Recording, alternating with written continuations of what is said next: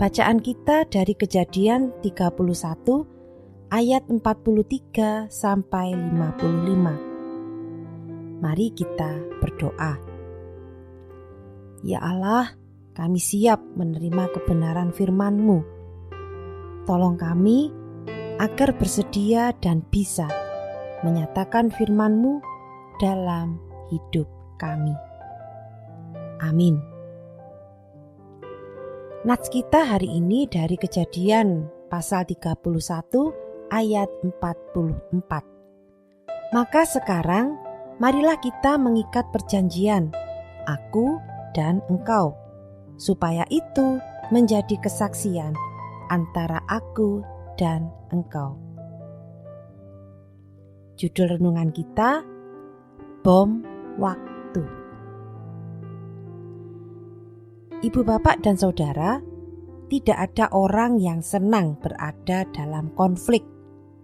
Namun, menghindari konflik juga tidak selalu benar.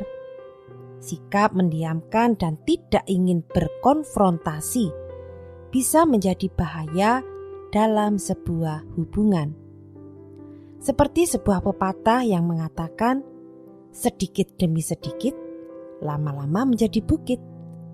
Perasaan tidak senang dan tidak nyaman yang terus-menerus dipendam hanya akan membuahkan amarah yang akan berkembang menjadi bom waktu yang bisa meledak kapan saja. Telah sekian lama Yakub menahan perasaannya yang terluka karena selama 20 tahun ia bekerja di rumah Laban. Telah 10 kali Laban, ayah mertuanya, mengubah upah Yakub. Tertulis di ayat 41. Sampai pada satu titik, Yakub memutuskan untuk pergi dari rumah Laban dengan membawa istri, anak-anak, serta semua ternak yang ia dapatkan darinya. Tertulis di ayat 20-21.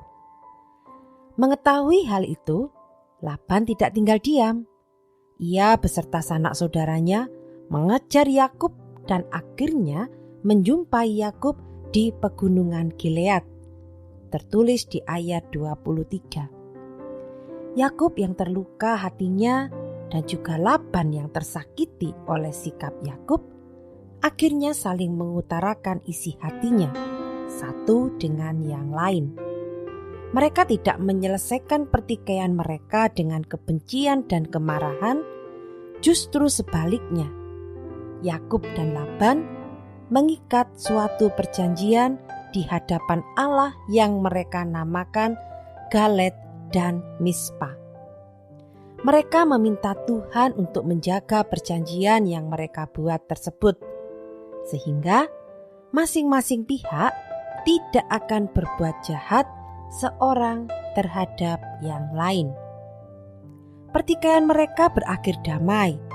Lalu mereka mengadakan perjamuan makan, dan sebelum berpisah, Laban mencium dan memberkati anak-anak dan cucu-cucunya.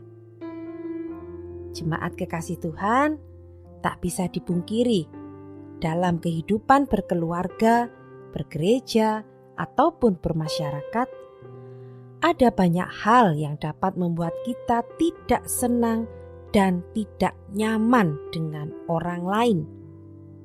Janganlah kita bertahan dalam kebencian dan kemarahan. Janganlah kita